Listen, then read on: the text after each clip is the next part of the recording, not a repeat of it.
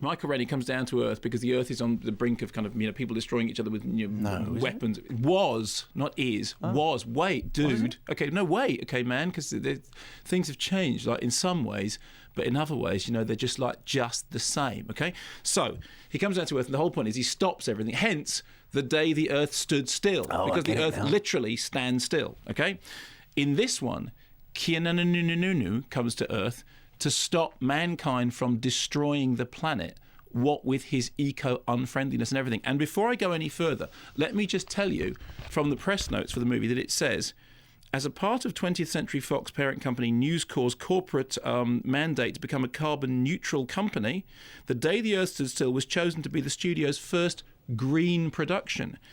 Then it says, very importantly here, where it was necessary to use lumber, it was sourced from sustainably managed forests, or Keanu Reeves, as they're also known. I thank you very much. You've been a lovely audience. Don't forget to tip your waitress. So Keanu comes down to Earth, and he says, "Look, man, everything's going really badly. You're all sort of destroying the planet, and you've got to stop doing it." Neil from The Young Ones. Yeah, it is. But here's the thing.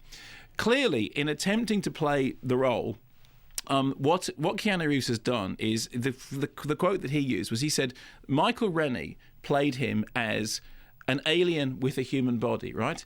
But Keanu played him as an alien in a human body, which I think you'll admit is a very clear distinction. Oddly enough, Keanu believes that an alien in a human body would talk just like Spock out of Star Trek. Don't believe me?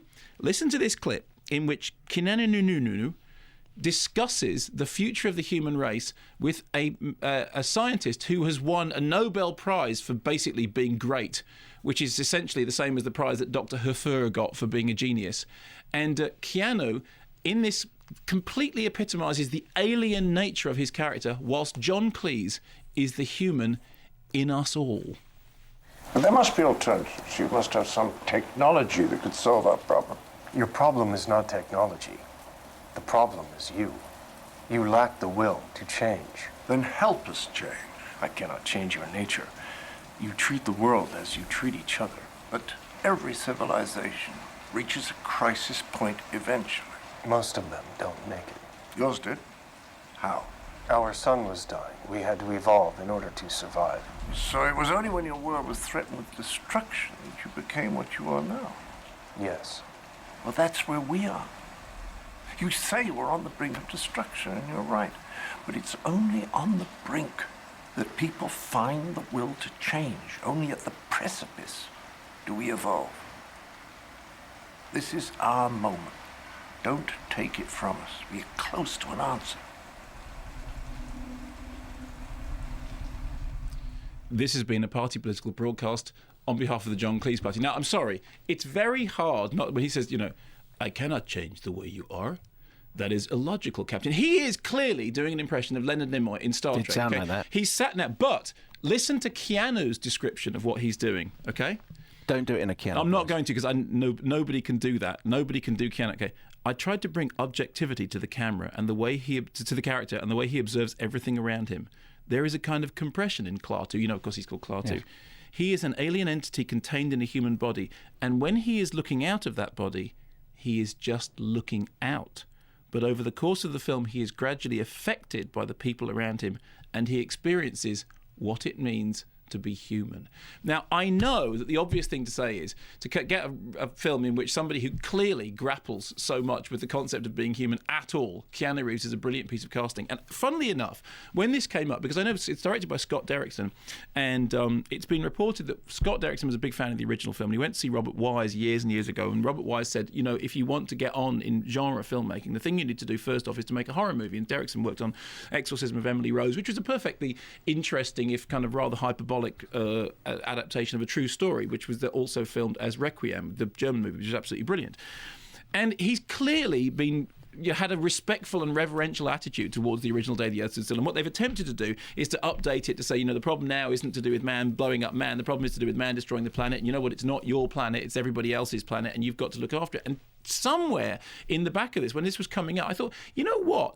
Actually, Keanu Reeves is quite a good idea for that. Because one of the funny things about Keanu Reeves is that kind of planky quality that he has, that how much of Keanu Reeves' performance would you like me to saw off, might actually do rather well for a character who is fundamentally not meant to have any human emotions and is, as he says in that little thing then, looking out of the human body. And yet, the amazing thing about it is after having done movie after movie after movie in which he basically plays a speaking wardrobe, now Keanu wrestles even with playing the speaking wardrobe and falls into what can only be described as laugh out loud funny Star Trek pastiche. It's such a peculiar thing to see happening. And the scene in which John Cleese turns up as the representative of all great humanity, because they start doing they start doing an equation together on the board, and John Cleese is obviously brilliant, and Keanu Reeves is obviously a surfer pretending to be a space alien, and they develop this dialogue, which is the dialogue that you've just heard there. You just think, this is actually an absurdist gag. You couldn't have made this scene more absurd. Now, on top of that, CGI. So GORT, turns out to be an acronym for something, which I can't. It's something with robotic transporter or geothermic, whatever it is. We come up with the acronym probably in that case, since his name was GORT before all that happened. Is a great big sort of CGI thingy which doesn't have any of the sort of portentous quality of the original robot. And Keanu just does an awful lot of wandering around, looking off in every scene like someone has just proverbially slapped him in the face with a wet fish. And during the course of the movie, he apparently gets in touch with his human side, but all that means is that he looks a little bit more squinty than he did at the beginning of the film. And as these human emotions boil up inside him and he responds to the love in Jennifer Connelly and he responds to the humanity of Jennifer Connelly, he just looks a little bit more like he doesn't actually know what day of the week it is. I mean, it's clear that what Scott Derrickson did was he said, Keanu, get into the physicality of the performance. Remember, it's like you're not connected properly to the front of your body. You'd think he'd be perfect for that. But oddly enough, you just think, no, you know what, Keanu, like you as I do, you can't act.